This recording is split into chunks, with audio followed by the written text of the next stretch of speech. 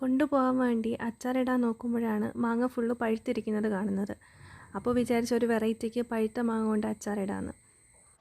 അരിഞ്ഞു വെച്ച മാങ്ങയിൽ ഞാൻ ആവശ്യത്തിന് ഉപ്പ് ചേർത്ത് മാറ്റി വെച്ചിട്ടുണ്ടായിരുന്നു കേട്ടോ. ഇങ്ങനെ ചെയ്യുന്നത് മാങ്ങയിൽ ഉപ്പ് പിടിക്കാൻ നല്ലതാണേ. ഒരു 2 മണിക്കൂർ മാറ്റി വെച്ചതിന് ശേഷമാണ് ഞാൻ ഈ അച്ചാർ ഇടുന്നത് കേട്ടോ.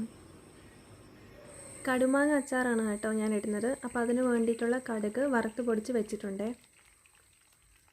ആദ്യം തന്നെ പാനിൽ എണ്ണ ഒഴിച്ചു കൊടുക്കാം. എണ്ണ ചൂടായതിന് ശേഷം വെളുത്തുള്ളി ഇട്ടൊന്ന് മൂപ്പിക്കാം. വെളുത്തുള്ളി ഒരു ബ്രൗൺ കളർ ആയപ്പോഴേക്കും അതിലേക്ക് പച്ചിലമുളകും കറിവേപ്പിലയും ചേർത്ത് കൊടുത്തിട്ടുണ്ട്.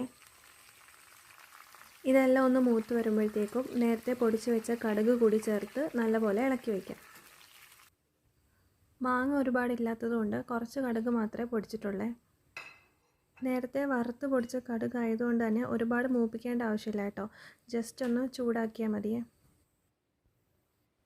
കടുക് നല്ലപോലെ ചൂടായി വന്നതിന് ശേഷം ഇതിലേക്ക് എരിക്ക് ആവശ്യമായിട്ടുള്ള മുളക് പൊടി, മഞ്ഞൾപ്പൊടി, കായം എന്നിവ ചേർത്ത് കൊടുക്കാം.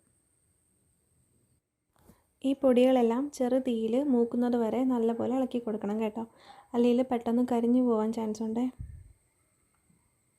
ഈ പൊടിയുടെ കൂട്ടത്തിൽ കുറച്ച് ഉലുവാപ്പൊടി കൂടി ചേർക്കണം കേട്ടോ. ഞാനത് ഇടാൻ വിട്ടുപോയിട്ട് പിന്നീടാണ് ചേർത്തത്.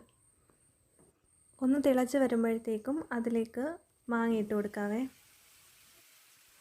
മാങ്ങയിൽ നിന്ന് ഓൾറെഡി വെള്ളം ഇറങ്ങിയിട്ടുള്ളത് കൊണ്ട് വേറെ വെള്ളം ചേർക്കേണ്ട ആവശ്യം വന്നില്ല കേട്ടോ. മാങ്ങയിൽ നേരത്തെ ഉപ്പ് ഇട്ടിട്ടുള്ളത് കൊണ്ട് ഉപ്പുണ്ടോ നോക്കിയിട്ട് ആവശ്യമുണ്ടെങ്കിൽ മാത്രം ഉപ്പിട്ട് കൊടുക്കുക. നല്ല പഴുത്ത മാങ്ങ ആയതുകൊണ്ട് ജസ്റ്റ് ഒന്ന് ചൂടാക്കി എടുത്താൽ മതി കേട്ടോ. അല്ലെങ്കിൽ പെട്ടെന്ന് വെന്ത് ഉടഞ്ഞു പോവേ. അപ്പോൾ നല്ല കടുമാങ്ങ അച്ചാർ ഇവിടെ റെഡി ആയിട്ടുണ്ട് കേട്ടോ.